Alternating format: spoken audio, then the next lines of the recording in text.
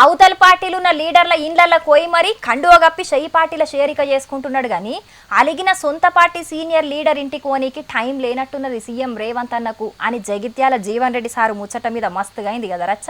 మరి తెగేదాకా గుంజుడు ఎందుకు అనుకున్నాడో ఏందో గాని ఇయాలనైతే జీవన్ రెడ్డి సార్ను పక్క పొంటి కూసుండ పెట్టుకొని మరి మైకుల ముంగట మాట్లాడిండు రేవంత్ అన్న.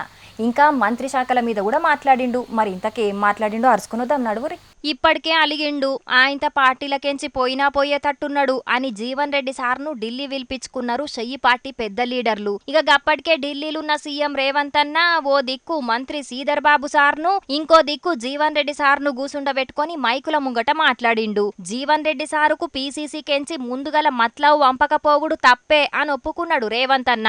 ఈ జరిగిన పరిణామాలు కొంతవారు మనస్తాపానికి గురి అవ్వడం, పీసీసీ తరఫున కూడా తీసుకోవాల్సిన ముందస్తు జాగ్రత్తలు తీసుకోకపోవడం వల్ల కొంత గందరగోళ పరిస్థితి ఏర్పడ్డది. జీవన్ రెడ్డి సారు గౌరవాన్ని కాపాడుడే కాదు, ఆయన అనుభవాన్ని కూడా గిప్పటికెంచి మస్తుగా వాడుకుంటాడట పార్టీ కోసం. జీవన్ రెడ్డి గారి యొక్క గౌరవాన్ని కాపాడి ఆ ప్రాంత కాంగ్రెస్ పార్టీ కార్యకర్తలను ఆదుకోవడానికి పార్టీ ఆదేశించింది. మేము నిర్ణయించుకున్నాం. వారి అనుభవాన్ని, వారి శక్తి సామర్థ్యాలను పార్టీ వినియోగించుకుంటుంది. మరి గిన్నొద్దులు గాయన అనుభవం ఎందుకు గానరాలేదో రేవంత్ అన్నకు, గిప్పుడే ఎందుకు వాడుకోవాలని అనిపిస్తున్నదో జీవన్ రెడ్డి సారు అనుభవాన్ని గాని గీ ముచ్చట మీద ఏదన్నా పంచాదైతే మస్తుగుండు అని ఎదురు చూసిరు కొందరు అని గరమైండు రేవంత్ అన్న. యథావిధిగా కొన్ని గోతికాడి నక్కలు ఏదైనా జరిగితే బాగుండు, లేకపోతే ఒంటె పెదాలకు నక్కలు ఆశపడ్డట్టు పెద్దలు జీవన్ రెడ్డి గారు చర్యల వల్ల కాంగ్రెస్ ప్రభుత్వానికి, కాంగ్రెస్ పార్టీకి నష్టం జరగాలి అని ఏవైతే గుంటనక్కలు ఎదురు చూసినాయో వాళ్ళకి పెద్దలు జీవన్ రెడ్డి గారు ఎలాంటి అవకాశం ఇవ్వలేదు. అవతల పార్టీలకు గా అవకాశం ఇచ్చిందే సీఎం రేవంత్ అన్న. జగిత్యాల ఎమ్మెల్యే సంజయ్ అన్నను కారు పార్టీలకెంచి షెయి పార్టీలకు తీసుకుంటున్నాం అని రేవంత్ అన్న జీవన్ రెడ్డి సారుకు ముందుగానే ఓ మాట చెప్తే గింత పంచాది కాకపోతుండే, అవతల పార్టీలకు సందు కాకపోతుండే. సినిమా రేవంత్ అన్న తీసి ఫ్లాప్ చేసిండ్రని జనాలను తిడుతున్నాడేందో ఏమో గాని ఇక తెలంగాణ షెయి పార్టీల కొత్త పీసీసీ రాబోతున్నారట.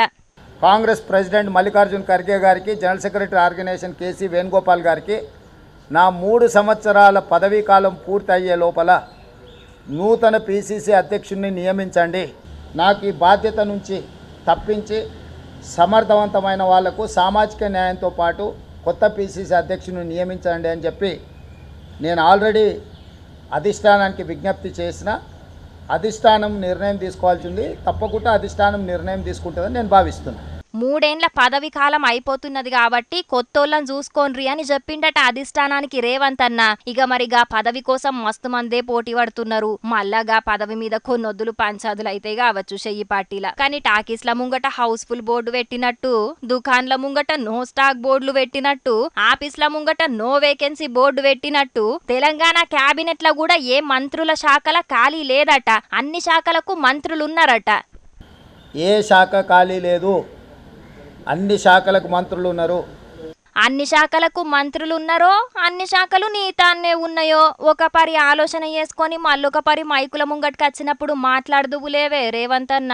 రాష్ట్రంలో అత్యాచారాలు, మర్డర్లు అయితుంటే హోమ్ మినిస్టర్ అసుంటోళ్ళు మైకుల ముంగటికి వచ్చి గవిటి మీద మాట్లాడి జనాలకు ధైర్యం చెప్పాలే. కానీ తెలంగాణలున్న హోం మంత్రి, ముఖ్యమంత్రి అయిన మీరు గా ముచ్చట మీద మాట్లాడినట్టయితే యాడగానరాలే. గందుకే ఎవల శాఖ వాళ్ళకిస్తే ఎవల పనాలు చేస్తారు.